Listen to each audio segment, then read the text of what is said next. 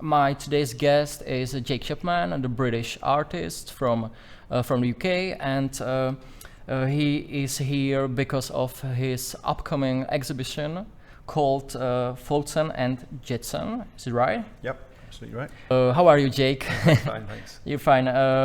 You are here for quite a few days. Yeah, right? yeah. The installation has been quite technical. How it goes? It's great. It's all good. All good. A few days work. You know, it's all good.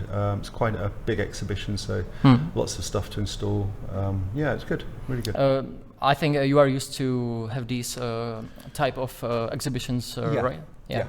In a on the world. All around the world. All around the world. Yeah. And the Sure. others. Okay. Yes. This is not your first visit in Czech Republic, right? No, it's not. I was recently at Docks in Prague. Prague. In Prague. Yeah. Yeah.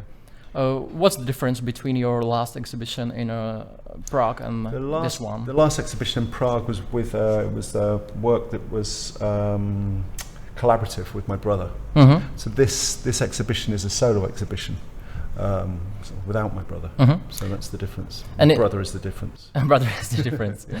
With and without. Yeah. You worked with your brother for a very long time. Yeah. I mean, you started working together from 1991. I think so. Right about Yeah. that, yeah. So, what is the thing you use in your career right now? You take from the past working with your brother. Well, I think the reason we started working together was because we wanted to avoid working autobiographically. You know, the idea of making a collaborative effort means to say that the work is, automatically disingenuous because it means that it doesn't derive from any kind of sense of the artist's ego. So that when you look at the work of art, you can't tell whether the work is sincere or earnest. You can be pretty sure that it comes from a conversation about art rather than any kind of internal egotistical sort of kind of manifestation. So, I worked with my brother for about 30 years. Kind of messing around with ideas about sort of kind of schizoanalysis and a kind of collaborative effort. And we kind of realized that, after a while, decided to kind of work separately. I think, but to still carry on this idea of thinking of making art that has no reductive interest in the singularity of being an artist. It's still possible to produce work in a schizoid way on your own. There's plenty of me without my brother. Okay, I can imagine it could be very hard to collaborate with someone, making compromises in the art. Or did you were on the same line? No, I mean I think it's not really. I mean, it's a compromise in making art if you think that art is something to do with you. But if art is nothing to do with you, then it's no compromise. I mean, I take the opinion, or I have the perspective and the position that making art is nothing to do with the person who makes it. I mean, I mean that tactically, but I don't think making art has. I don't presume that the work I make has something to do with affirming my identity as a person. In fact, I would say that the liberating aspect of art is that it is nothing to do with you. That it actually dispenses with the idea of you as the person who controls and masters the meaning. So in that sense, the idea of collaborating with someone else is that you're kind of always collaborating with some kind of circumstance, whether that's art history or it's that I sort of don't think that art is reducible to the people who make it. I'm kind of quite antagonistic towards that idea. Okay, yeah. Cool. It's always collaborative, even if you're working on your with own. Something. Yeah. The medium or the inspiration. Okay. How did you get into art? Because your father was an art teacher. No, that's Wikipedia, right? Yeah. It's a lie. Interesting. I don't know really. I think at the time, I think certainly we were encouraged sort of like think about stuff. You know, we kind of came from a very politically critical family, and who were interested in things like literature and art and stuff. But I think that maybe the main reason I went to art school was because I wanted to be in a band. In the late 80s, British art education was quite a wide. I don't think anyone went to art school to be an artist. I don't think the notion of being an artist was a vocational target. I think you went to art school, people formed bands, they did all sorts of different things, and art school was much less orientated towards a career.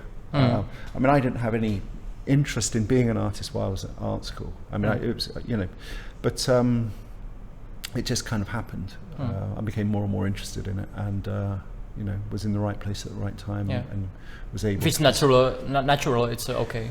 Yeah, I mean, I sort of think that, you know, I mean, I think certainly if you think about the kind of art that was being made in Britain in the 80s, late 80s, you know, it was kind of mostly, you know, the notion of being an artist was something to do with being a kind of an older person, you know, making pictures of kind of sort of, you know, I don't know, nudes and fucking awful buildings, awful stuff.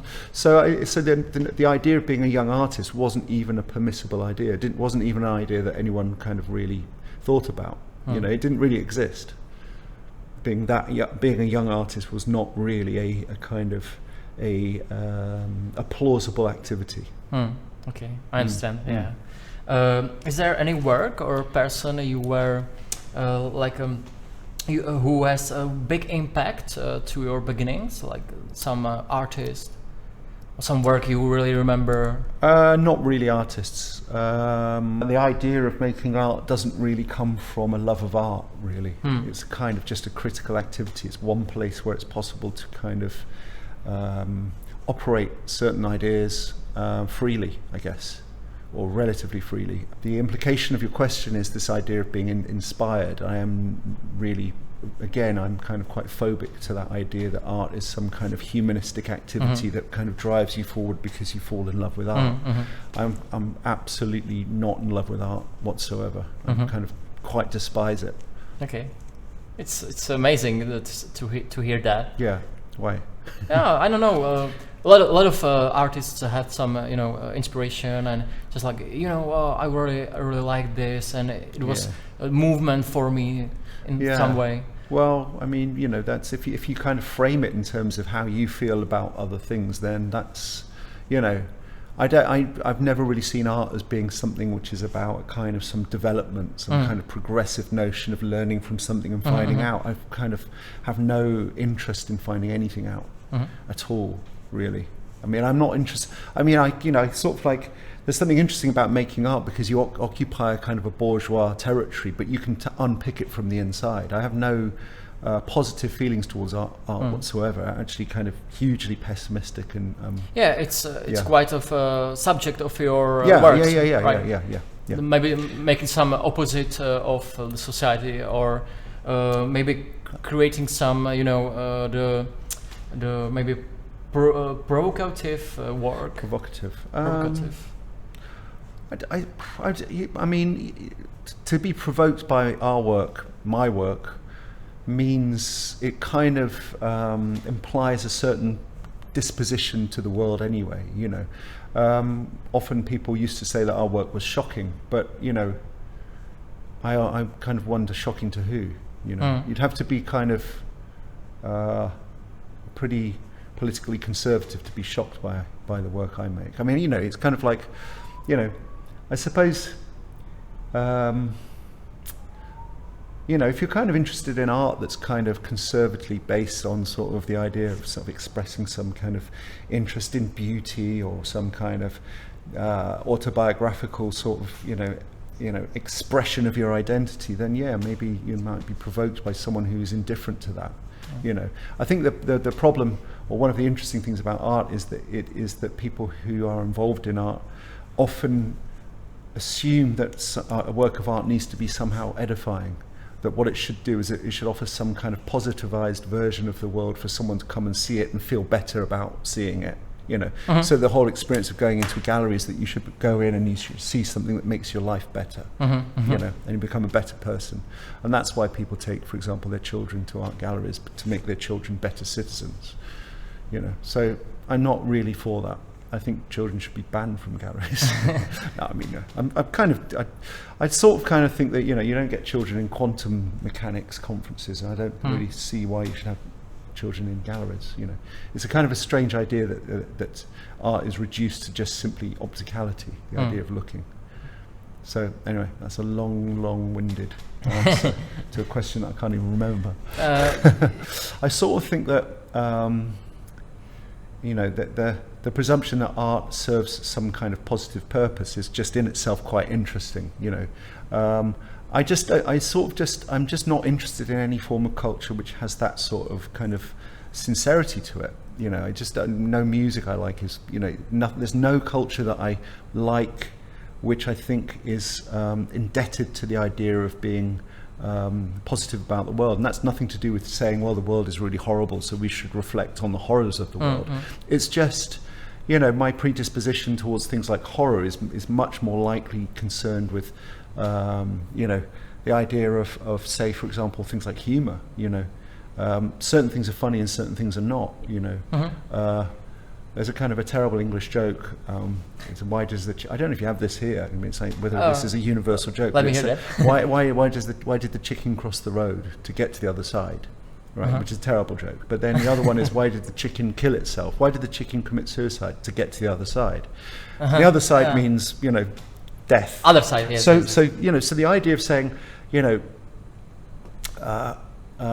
is art here to kind of mollify our existence or to make us feel better about, you know, where we are, or is it there to antagonize us and make us feel, you know, that actually, you know, that it's all right to feel kind of like not interested in sort of positive sort of forms of culture. Anyway, that's not a great answer, but anyway. You talked about death, and it's a subject it's very close to you in your works, right? Yeah. Is it because you are? What is the main purpose about showing the death in your works? Because it's the only true thing that exists to us. Ah, that's nice. You know, it's the only thing that's really going to happen. You know, everything else is just a preamble. But also it's kind of like, you know, it's kind of, you know, it's a very interesting thing that, you know, in a kind of North European Western society, that the idea of death is so brutally repressed as an idea, but so persistent in everything. You know, it's kind of like a sort of it's a kind of a sublimated refusal to actually discuss it head on. And you know, what's interesting is that it's pernicious. It exists everywhere. You know, so that's kind of interesting. You often focus on topics that may feel as maybe some taboo or a little uncomfortable. How do you perceive some ethical issues in your art? Are there any boundaries you think the artist can? I'm always perplexed by this question, because in order for you to say that, right, you have to pretend that you believe in those taboos, right? You have to. What is a taboo? You have to ask the question as though you're a person who is potentially offended, but you're not. I know you're not. I doubt if we left here and had a conversation in a pub that you'd be a person saying, I'm offended by your work. I don't think we'd have that conversation. Or you wouldn't be shocked by the work. I think you would be saying, yeah, I get it. I mean, of course, you know, we'd be talking about other things in the same way, framing everything in the same way. Did you see this other thing? Yeah. But in order to have the conversation about taboo, someone has to take the position of being transgressed by the work. I mean, every conversation I've had with a journalist, the journalist will say, your work is shocking, and I say, are you shocked by it? They say, no, I'm not shocked by it. And I say, well, who's shocked by it? Well, someone else is. So the idea of the taboo in itself is a kind of a pantomime. It's a sort of game, a melodrama that we play, that where someone has to pretend to be shocked and someone has to be shocking, you know. And so it's very interesting that in order to fulfill the function of the work, someone has to be shocked by the work. Now, I think that, you know, I don't really, you know, what is shock? I mean, shock is, I think shock, you can be kinetically shocked if someone jumps out at you. That's a kind of a sort of an intense experience of some kind of situation which is to do with a kind of unexpected occurrence, an event, a thing, a physical action. I've never seen a work of art that shocked me. You know, or a photograph that shocked me. I mean, I can, you know, that's not to say that I'm kind of insensitive. It's just because the idea that if you are capable of looking at things without taking it personally, then you're no longer shocked. You know, the idea of actually going through the motions of pretending to be shocked is much more, it's not really so much to do with the actual feeling of shock than it is to do with the social mechanism of showing other people that you're shocked. It's a way of forming a kind of social bond with other people who are equally shocked. And it's bullshit. It's kind of like, so it's, you know, it's kind of interesting in itself, you know. If you make a mannequin and you put a penis on its nose, it's shocking. Which is you did? It's more shocking to put a penis on a mannequin's genitals than on its nose, you know. I'm very interested in the idea of how Pavlovian humans are, you know, in terms of, if you show one thing, you know, if you show a smiley face up the right way, they'll say it's happy. If it's the other way, they'll say it's sad. And they really adhere to these ideas.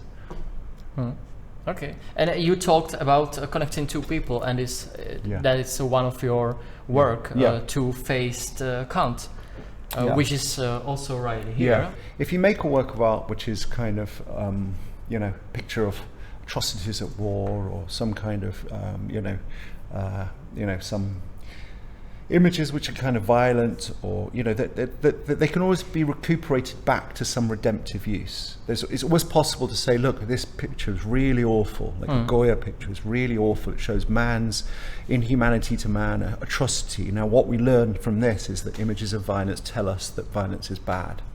You know, that we learn to translate, you know, images of violence to some kind of moral purpose. We were trying to think, referring to those works I made with Dinos, we were trying to make a work of art which had zero possibility for it to be redeemed.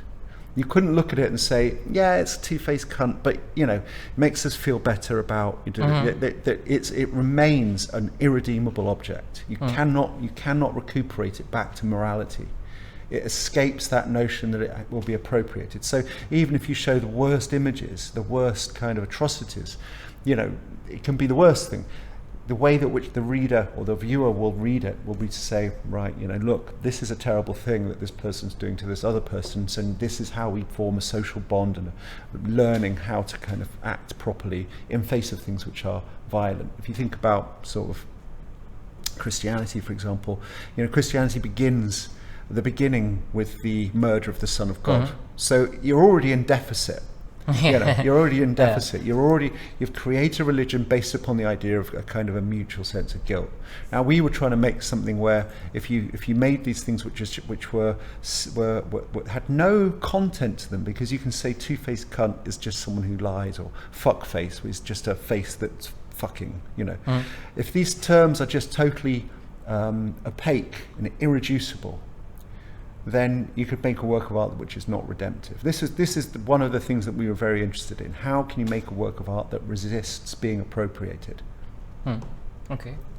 I would like to know from you, what is the common subject of your works? Because if I read some names, the disasters of war, two-faced count, hell, sex and death, insult to injury, the rape of creativity, appropriating Hitler or hell in one. What's the common subject? You know, you want to fun.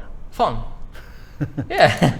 In some way, why not? You know, I mean, it's kind of, you know, the continuity and the contiguity of fun and death are pretty close. You know, that you know that there's a analogous sort of relationship between how we approach the idea of death and how we approach the idea of laughter. The two things are intimately related.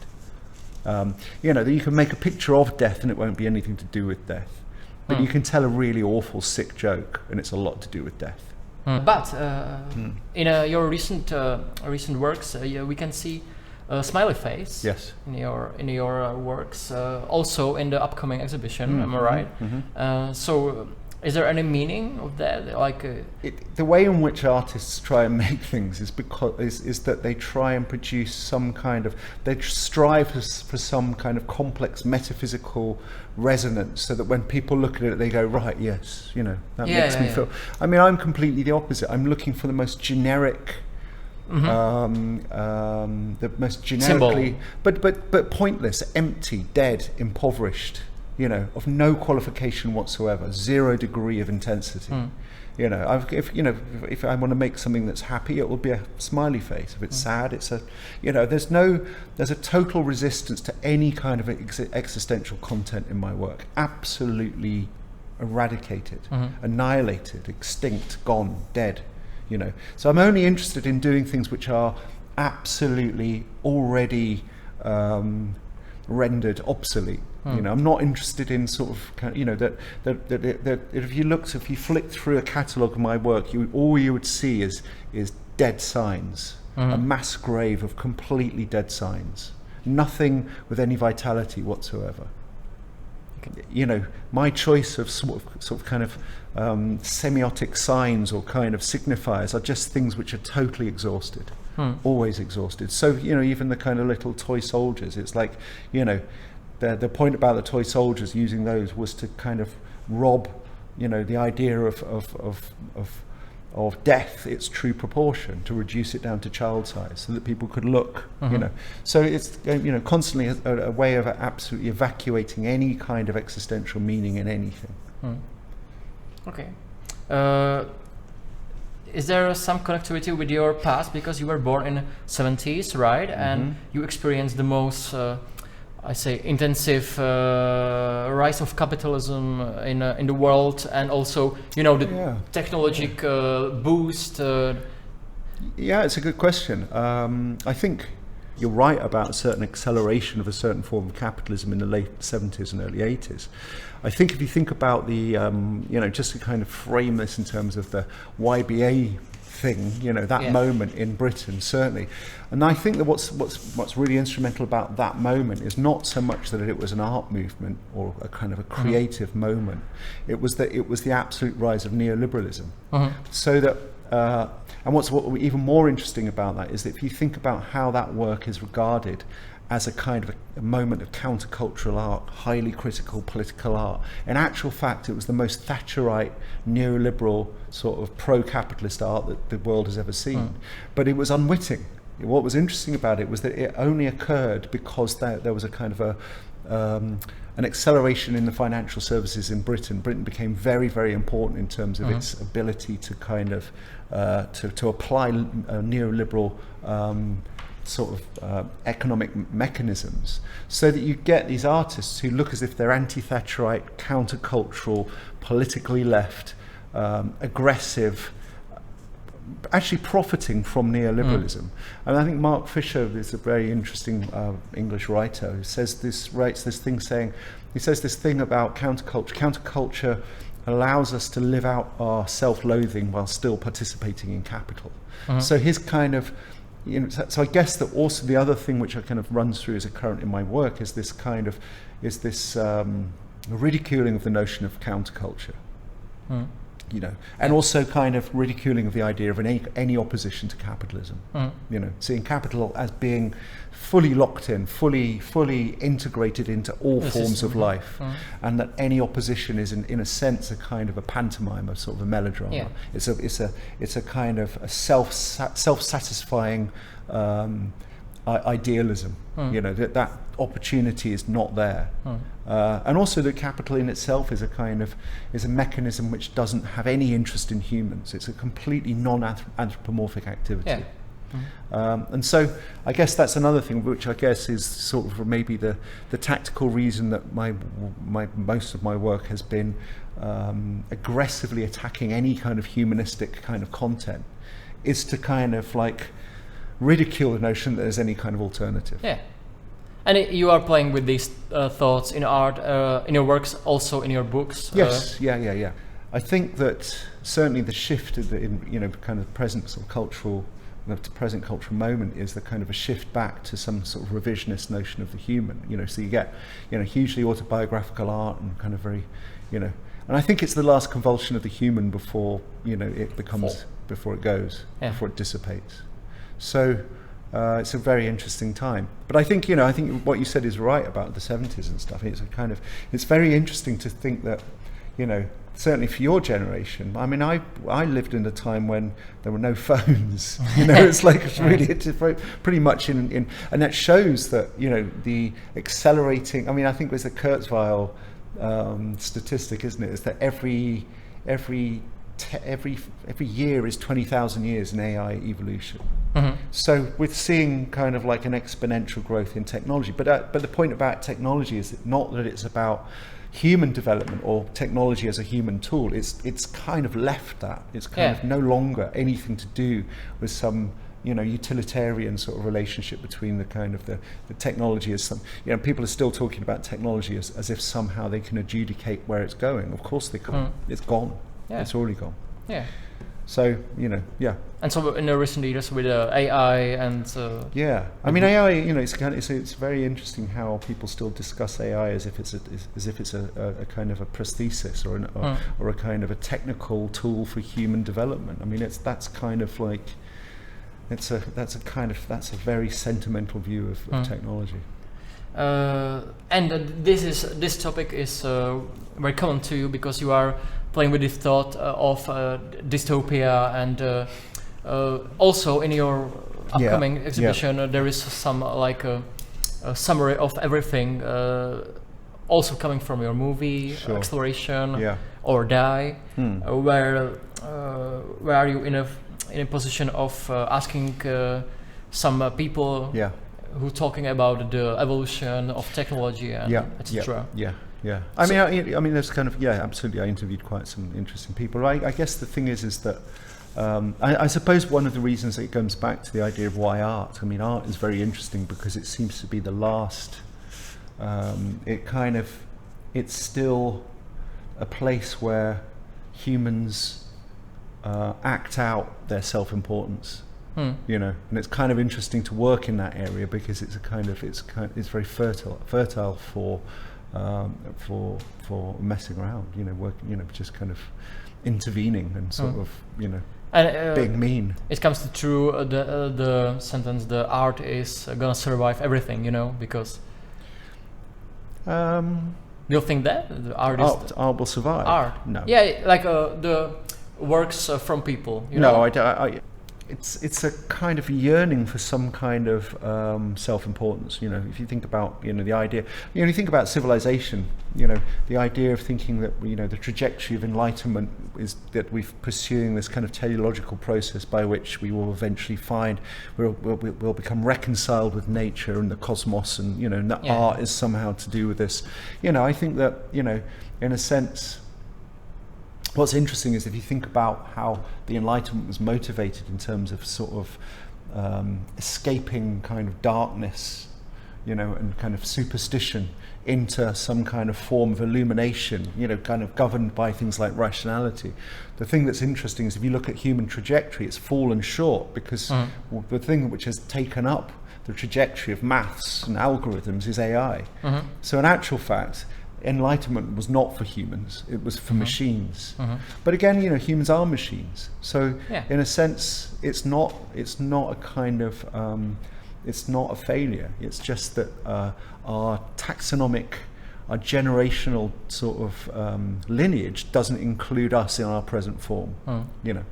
So, and also art. I think it, even in terms of sort of a kind of a backward-looking form of discussing art, it would be really interesting to write a history of art without artists.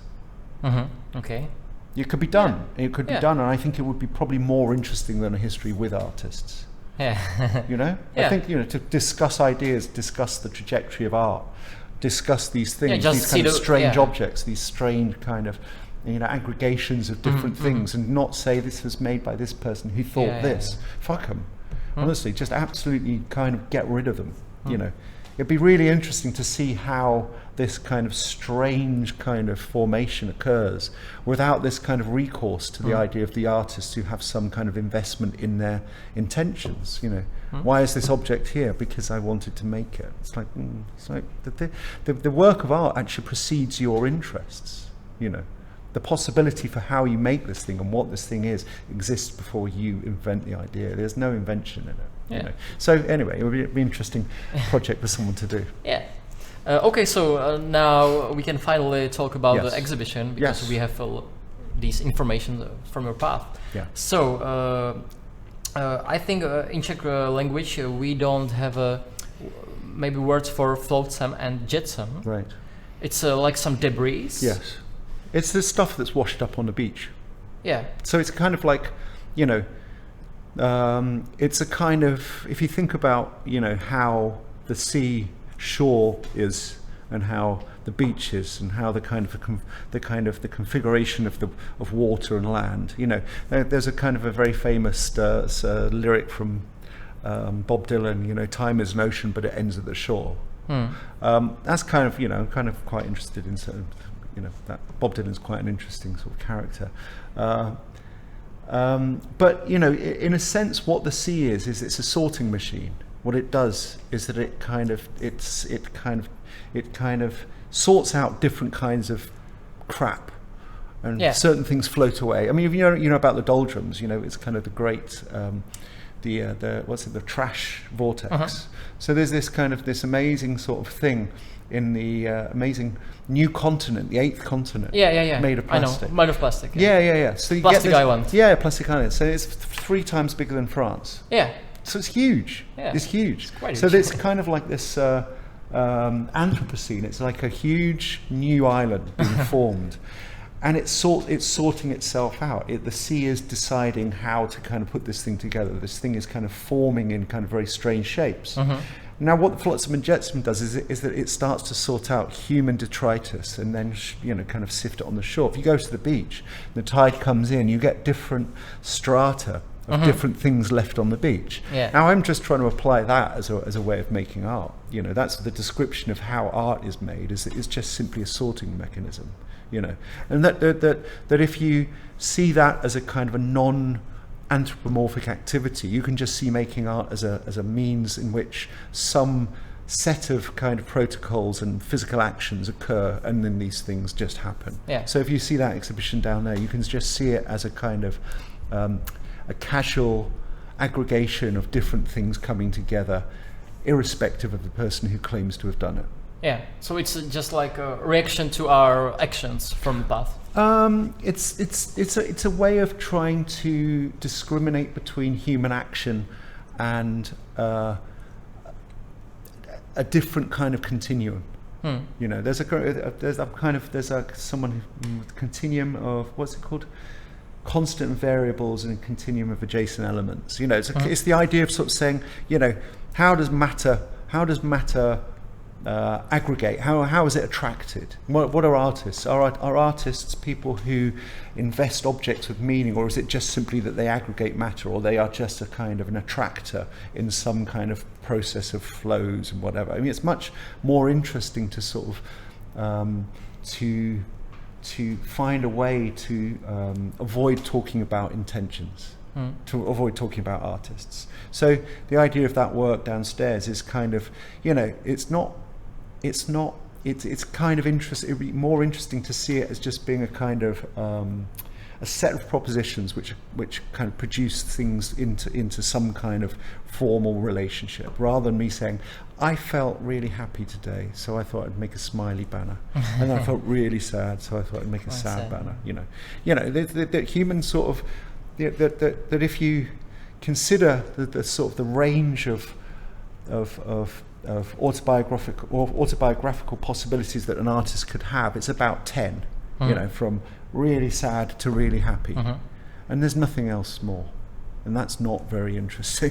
You know, it's not very interesting. So okay, and if we look to some objects of your exhibition, like for example the signature Czech car, yes, very old car. Trabant, it has some symbols. Also, there are some persons inside. So maybe you can talk a little about the meaning in a relationship with the exhibition in general. I mean, you know, I'm not really going to kind of enter into a conversation about the specific narratives. I don't want to sort of kind of input sort of anthropomorphic meaning on things, which I think actually this is probably one of the most interesting things I've done in terms. I mean, I can speak for hours about the work normally, but I kind of feel a bit reticent to do that, because I think the work is kind of so weird in a way that it does better without me. There's a lot of objects with many meanings, right? Well, it's not that they've got meanings. It might have no meaning. I'm not suggesting that the meaning is kind of somehow, you know, I have to defend the work from. What is it? But there's a sense in which, you know, that the work is funnier if I say nothing about it.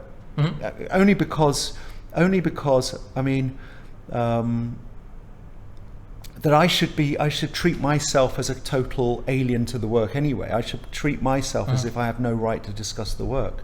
And that's not to say that it's just that I, you know, that awful thing where people say, you know, you need to work out what the work means yourself. But it's like, I'm not in any privileged position to say what the work is, in a way. I mean, I don't know. I mean, you can probably force my hand to say some things about some of it, but I guess, you know, it's if I'm going to go along with this idea of a kind of like an impersonal approach to making art, which is not reducible to me as the person who has the intentions and therefore supplies the meaning of the work, then I've got to kind of follow through with that and say, I have no idea what the work's about. You know, it just occurred in my studio over a period of time, and I kept walking in and it changed. And that's all that is. Yeah. Hence Flotsam and Jetsam. Yeah. There was a tidal flow of shit that came into my studio and then washed back out. And when it washed back out, this is the stuff that was left. Yeah. Okay. Now I understand. Yeah. That's nice. Okay. Is there any message like? No, there's nothing. There's nothing. Yeah. I mean, you know, if the work, okay, let's go. No, I mean, if the work is kind of engaged in some form of, you know, I don't know, sort of kind of, I mean, what does Nietzsche call it? Joyful fatalism, or kind of some kind of pessimistic view, you know. That's okay. That's okay. I mean, I just need to be able to sort of say, well, you know, that unfortunately I'm in no better position than anyone else to discuss what this work's about, you know. I mean, we can try. I mean, I kind of figure that this is a kind of, you know, this car with some people in it is with an extinction registration on the back is kind of something obviously to do with kind of, it's called Accelerate or Die. So I guess you can see that there's some, you know, you could, so the thing is that even discussing it, you can start seeing these kind of very kind of fragmented narratives. I suppose, you know, there are motifs that seem to kind of repeat, you know, like the idea of the nuclear family and kind of rotting nuclear family, and kind of Goya. And imagine how many like escaping lilos and ping pong balls and bottles of milk, this kind of, that if you were a Martian, right, and you kind of came down, and you have choices of seeing things that you could look at. You could go and look at Stonehenge, you could look at Machu Picchu, and you would equally look at the doldrums, you would equally look at this plastic island and say, wow, you know, it's made by people. What is this about? Why did they do this? You know, fuck, this is a beautiful religious monument to some form of kind of civilized conduct. You know, what were they saying? What were they doing? It's kind of way more complicated than Machu Picchu and Stonehenge. These things are just moronic. These are fucking primitives, like putting bricks up and whatever. But this plastic thing is like multifaceted sort of Mobius loop with holes and kind of, you know. And I think that maybe the thing about, you know, what I'm trying to do in making the work is it's almost like that kind of idea of the end of civilization, or the end of a kind of this extinction moment when, you know, if you imagine the end of the world, there'll be one last person. This is a really interesting idea. If you think about extinction, we tend to think about extinction as an event. If extinction isn't an event, which more likely it's not going to be, there's going to be a last person. There will be a last person. Now I'm trying to make the art of that last person. You know, but just before that person dies, they'll have a flashback of everything, and it'll be like that. And this is what they'll see. Okay. That's nice. That's nice. It's a very. But I'm thinking of conquering the. I'm thinking of going to live on the plastic island. Right? Yeah, I think it's possible. Yeah, you think? I think I'm going to go and I'm going to migrate to the plastic island. I'm going to live there. I'm going to have little. It's so hard. You can walk on the island. I think if because when you can walk in snow, you can wear big kind of like, like they look like tennis rackets. Yeah. It increases your surface area. Water rackets. Yeah, exactly. I reckon if you can make some plastic sort of big rackets, you'll be able to walk on this thing. I reckon you could actually, you never know. You could form a little kind of. There is a lot of people on planet, and you have to move there sometimes. I mean, I wouldn't let anyone else be there. It would be kind of, I would be.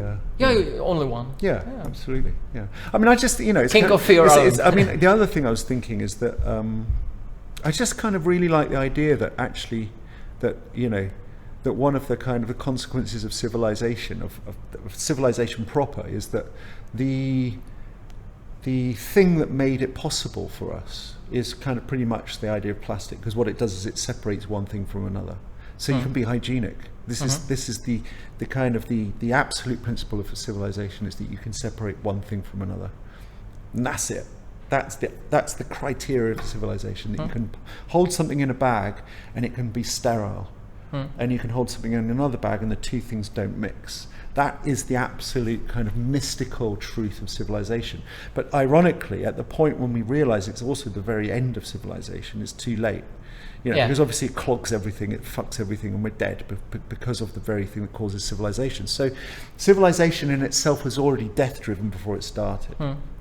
So the notion of what allows us in this trajectory of sort of self-knowledge is the self-knowledge that our self-knowledge has killed us. Yeah. So that's brilliant. Yeah. That's an amazingly fantastic idea. And also if you think about the poor, these kind of people kind of rubbing sticks together to make light and also to produce charcoal. You kind of that's the thermodynamic increase in temperature. Yeah. Right there. So you want light, so you produce global warming instantly, and also the beautiful consequence of that is that the people rubbing the sticks together, not only just to make light for the artists, but the artists are drawing these beautiful antelopes and kind of things in charcoal. So art is implicated in the absolute end of the world, right at the beginning of the world. Okay. Yeah. Good. That's a very nice view. Yes, Okay, so I think it was all. Thank you for coming. Okay. And I think we talk about everything in the world. And we can tell the exhibition is called the Flotsam and Jetsam, and it takes place for a few months and starting on Thursday, 5th of September, right? Yeah. Good luck translating that. Yeah, thank you. Okay, so thanks for coming. Pleasure. And thank you so much. I wish you good luck in the end of the world. And maybe sometimes we meet on the island. Yeah. Come and visit. Why not? Come and visit. I'll make you some big shoes. You'll be king of the island. Yeah. I have free entry. Okay, thank you. Takže tohle byl tedy podcast s Jakem Chapmanem. Děkuji za pozornost a budu se těšit do dalšího podcastu. Ahoj.